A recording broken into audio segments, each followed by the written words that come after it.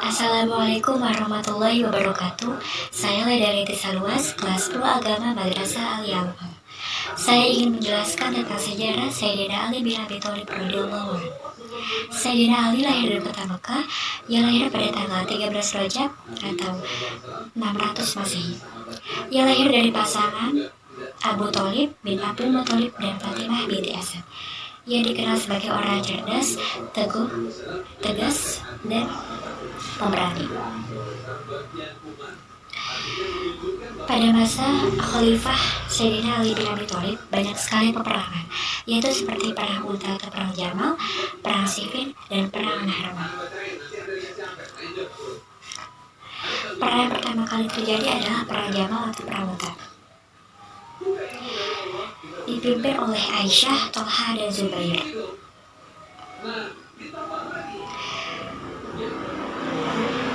Terjadinya perang Jamal ini karena Aisyah ingin menginginkan keadilan atas khalifah terdahulu, yaitu Utsman bin Affan yang terbunuh. Setelah menduduki Khalifah, Ali bin Abi Thalib memecat gubernur yang diangkat oleh Utsman radhiyallahu anhu, yakin bahwa pemberontakan yang terjadi karena keteledoran mereka. Selain itu, Khalifah Ali juga menarik kembali tanah yang dihadirkan oleh Utsman radhiyallahu anhu kepada penduduk dalam menyerahkan hasil pendapatannya kepada negara. Sayyidina Ali menerapkan kembali sistem distribusi pajak tahunan di antara orang-orang Islam seperti yang pernah diterapkan oleh Khalifah Sayyidina Umar bin Khattab. Menyikapi berbagai kebijakan dan masalah-masalah yang dihadapi Khalifah Sayyidina Ali yang digoncangkan oleh pemberontak yang diantaranya yaitu yang dipimpin oleh Muawiyah bin Abi Sufyan. Pemberontakan tersebut mempunyai beberapa alasan, yaitu Sayyidina Ali harus bertanggung jawab atas terbunuhnya Khalifah Sayyidina Utsman, serta wilayah Islam telah meluas dan timbul kelompok Islam di wilayah yang baru. Suasana politik pada saat itu memanas dikarenakan adanya pemberontakan dari berbagai pihak, terutama pihak-pihak yang tidak menyetujui dan tidak mengakui Sayyidina Ali radhiyallahu anhu sebagai khalifah yang keempat. Melihat keadaan yang semakin rumit, maka hal pertama yang dilakukan oleh Khalifah Sayyidina Ali itu adalah memulihkan, mengatur, dan menguatkan kembali posisinya sebagai khalifah dan berusaha untuk mengatasi segala kekacauan yang terjadi. Setelah semua membaik, Khalifah Ali baru melakukan pengusutan atas pembunuhan Utsman bin Affan yang meninggal terbunuh. Namun sejak tahun 35 Hijriah atau 656 Masehi sampai tahun 36 Hijriah sampai atau 657 Masehi, Khalifah Ali seperti dia juga memperlihatkan sikap yang pasti untuk menegakkan hukum syariat Islam terhadap para pembunuh Utsman. Sehingga Sayyidah Aisyah beranggapan bahwa Khalifah Ali sengaja menutupi hal kasus kematian Utsman radhiyallahu anhu. Lalu Aisyah bergabung dengan Tolha dan Zubair untuk menggerakkan kabilah-kabilah Arab untuk menuntut balas atas kematian Sayyidina Utsman. Setelah merasa mempunyai kekuatan yang besar, Sayyidah Aisyah dan pasukannya itu memutuskan menyerang pasukan kekhalifahan Sayyidina Ali di Kufah. Yang sebelumnya pasukan Sayyidina Ali dipersiapkan untuk menghadapi tantangan Muawiyah bin Abi Sufyan di Syria. Khalifah Ali sebenarnya ingin menghindari peperangan. Dia mengirim surat kepada Tolha dan Zubair agar mereka mau berunding untuk menyelesaikan perkara itu secara damai. Namun ajakan tersebut ditolak. Akhirnya pertempuran dahsyat antara keduanya pecah, yang kemudian hari dikeras dengan perang Jamal. Yang kedua adalah perang Siffin. Kebijaksanaan yang dilakukan oleh Khalifah Ali mengakibatkan perlawanan dari gubernur di Damaskus, Muawiyah. yang didukung oleh sejumlah bekas pejabat tinggi yang merasa kehilangan kedudukan dan kejayaan. Selain itu, Muawiyah dan keluarga dekat Utsman radhiyallahu anhu seperti halnya Aisyah radhiyallahu anha, mereka menuntut agar Ali menghadiri pembunuhan Utsman. Bahkan mereka menuduh Ali terlibat dalam pembunuhan Utsman. Selain itu, mereka tidak mengakui kekhalifahan Ali radhiyallahu anhu. Hal ini bisa dilihat dari situasi kota Damaskus pada saat itu. Pada akhir Zulhijjah 36 Hijriah atau aproksi 57 Masehi, Khalifah Ali dengan pasukan gabungan menuju ke Syria Utara. Dalam perjalanannya, mereka menyusuri arus sungai Ifrit. Namun arus sungai tersebut telah dikuasai oleh pihak Muawiyah dan pihak Muawiyah tidak mengizinkan pihak Ali memakai sungai tersebut. Awalnya Ali mengirim utusan pada Muawiyah agar arus sungai bisa digunakan oleh kedua pihak. Namun Muawiyah menolak. Akhirnya Ali mengirim tentaranya di bawah pimpinan Panglima Ashtar al-Nahki dan dia berhasil merebut arus sungai tersebut. Setelah sengketa tersebut selesai, maka pihak Ali mendirikan garis pertahanan di dataran Siffin, dan Ali masih berharap dapat mencapai penyelesaian dengan cara damai. Ali mengirim utusan di bawah pimpinan Panglima Bashir bin Amr untuk melangsungkan perundingan dengan pihak Muawiyah. Pada bulan Muharram 37 Hijriah atau 658 Masehi, mereka mencapai persetujuan yaitu menghentikan perundingan untuk sementara dan masing-masing pihak akan memberi jawaban pada akhir bulan Muharram. Sebenarnya hal ini sangat merugikan Ali karena akan mengurangi semangat tempur tentaranya dan pihak lawan bisa memperbesar kekuatannya.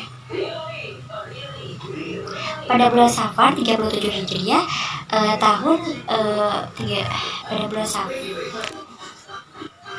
pada bulan Safar 37 Hijriah atau 685 Masehi terjadilah perang Siffin. Dengan kekuatan 95.000 orang dari pihak Ali dan 85.000 orang dari pihak Muawiyah. Pada saat perang, Imam bin Yasir tewas. Tewasnya tokoh yang sangat dikultuskan ini membangkitkan semangat tempur yang tak terkirakan pada pihak pasukan Ali, sehingga banyak korban dari pihak Muawiyah.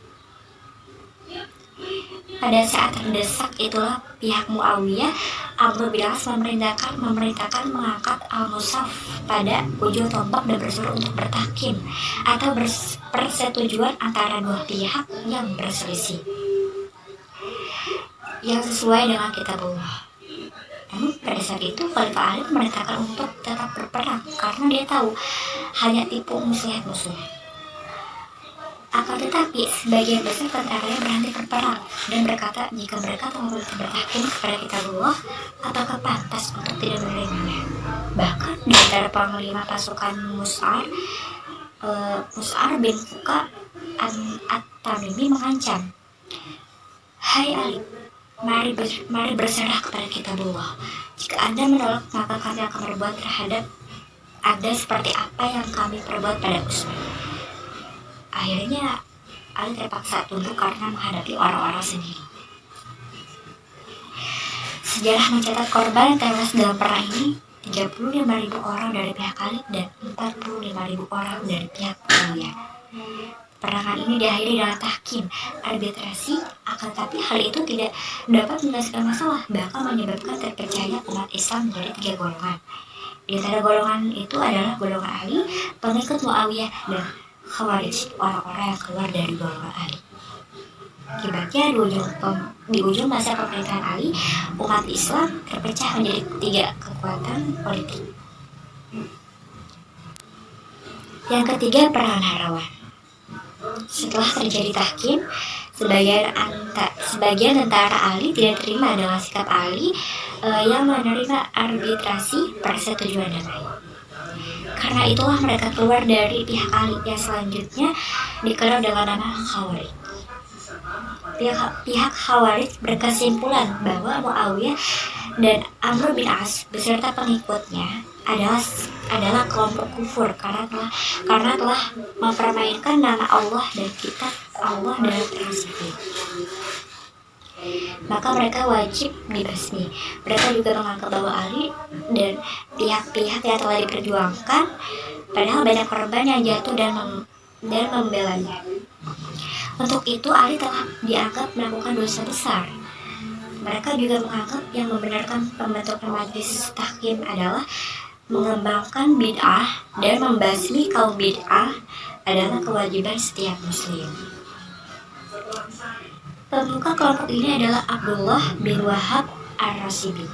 Sebenarnya Ali tidak ingin memerangi kelompok Khawarij, tapi karena kelompok ini keterlaluan dalam bersikap, di antaranya membunuh keluarga sahabat Abdullah bin Wahab dengan sadis sekali hanya karena mereka menolak untuk menyatakan keempat khalifah sepeninggal Rasulullah adalah kufur. Mereka juga membunuh utusan Ali. Ali menggerakkan pasukannya. Kedua pasukan bertemu pada suatu tempat bernama Nahrawan, terletak di pinggir sungai Tigris, Al-Dajlah. Sebelum perang diumumkan, Ali masih mempunyai harapan untuk menyadarkan kaum Khawarij. Ali memberikan amnesti bersyarat berbunyi, barang siapa kembali ke Kufah akan memperoleh jaminan keamanan. Sejarah mencatat setelah itu 500 orang di antara mereka beriktijal, sebagian pulang ke Kufah dan sebagian lagi pindah ke pihak Ali, sehingga kelompok Khawarij tinggal 1.800 orang. Dengan begitu pecahlah perang Nahrawan. Korban berjatuhan dari pihak Ali karena keberanian kelompok Khawarij sangatlah terkenal. Walaupun demikian, kemenangan berada di pihak Ali dan tokoh atau pemuka Khawarij Mus'ab al-Tamimi dan Abdullah bin Wahab tewas dalam peperangan ini. Golongan Khawarij, orang-orang yang keluar dari barisan Ali bin Abi Thalib radhiyallahu anhu yang bermarkas di Nahrawan, benar-benar merepotkan Ali sehingga memberikan kesempatan pada pihak Muawiyah untuk memperkuat dan perluas kekuasaannya sampai mampu merebut Mesir. Akibatnya sangat fatal pada pihak Ali. Tentara Ali semakin lemah, sementara kekuatan Muawiyah bertambah besar. Keberhasilan Muawiyah mengambil posisi Mesir berarti merampas sumber-sumber kemakmuran dan ekonomi dari pihak kekhalifahan Ali bin Abi Thalib. Khalifah Ali bin Abi Thalib radhiyallahu anhu wafat pada usia 63 tahun karena dibunuh oleh Abdurrahman bin Muljam, seorang berasal dari golongan Khawarij, saat mengimami sholat subuh di Masjid Kufah pada tanggal 19 Ramadan. Sayyidina Ali mengembuskan nafas terakhirnya pada tanggal 21 Ramadan tahun 40 Hijriah. Sayyidina Ali dimakamkan secara rahasia di Najaf. Pada masa Khalifah Ali menciptakan kebijakan atau prestasi, yaitu seperti memajukan ilmu pengetahuan dalam bidang ilmu bahasa, membenahi keuangan negara, mengganti pejabat yang kurang kompeten, dan membangun kota Kufah. Pertama, memajukan ilmu pengetahuan dalam bidang ilmu bahasa, itu seperti melengkapi huruf hijaya belum lengkap dengan tanda baca kasroh, fathah, domah, dan syaddah, sehingga menyebabkan banyaknya kesalahan bacaan teks Al-Quran dan hadis di daerah yang jauh dari Jazirah Arab. Untuk menghindari kesalahan yang fatal dalam membaca Al-Quran dan hadis, Khalifah Ali memerintahkan Abu Aswad Ad-Duali untuk mengembangkan pokok-pokok ilmu nahwu, yaitu ilmu yang mempelajari tata bahasa Arab. Yang kedua, membenahi keuangan negara atau Baitul Mal. Dalam pendistribusian harta Baitul Mal, Khalifah Ali menerapkan prinsip pemerataan. Ia memberikan santunan yang sama kepada setiap orang tanpa memandang status sosial atau kedudukannya di dalam Islam. Ali tetap berpendapat bahwa seluruh pendapatan negara yang disimpan di dalam Baitul Mal harus didistribusikan. Kebijakan keuangan dari sisi zakat Ali mengikuti prinsip yang ditetapkan oleh Khalifah Umar bin Khattab. Zakat dianggap sebagai salah satu jenis harta yang diletakkan di Baitul Mal. Namun zakat berbeda dengan jenis harta yang lain dari segi perolehannya serta berapa kadar yang harus dikumpulkan dari segi pembelanjaan. Yang ketiga, mengganti pejabat yang kurang kompeten. Para pejabat yang kurang kompeten dalam bekerja, semuanya diperbaiki dan diganti oleh Khalifah Ali radhiyallahu anhu. Akan tetapi, pejabat tersebut banyak dari keluarga Utsman bin Affan dari Bani Umayyah. Akibatnya semakin banyak kalangan Bani Umayyah yang tidak menyukai Khalifah Ali bin Abi Thalib radhiyallahu anhu. Yang keempat, membangun kota Kufah. Pembangunan kota Kufah ini telah menjadi perhatian khusus bagi Khalifah Ali bin Abi Thalib. Pada awalnya, kota Kufah disiapkan untuk pusat pertahanan oleh Muawiyah bin Abi Sufyan.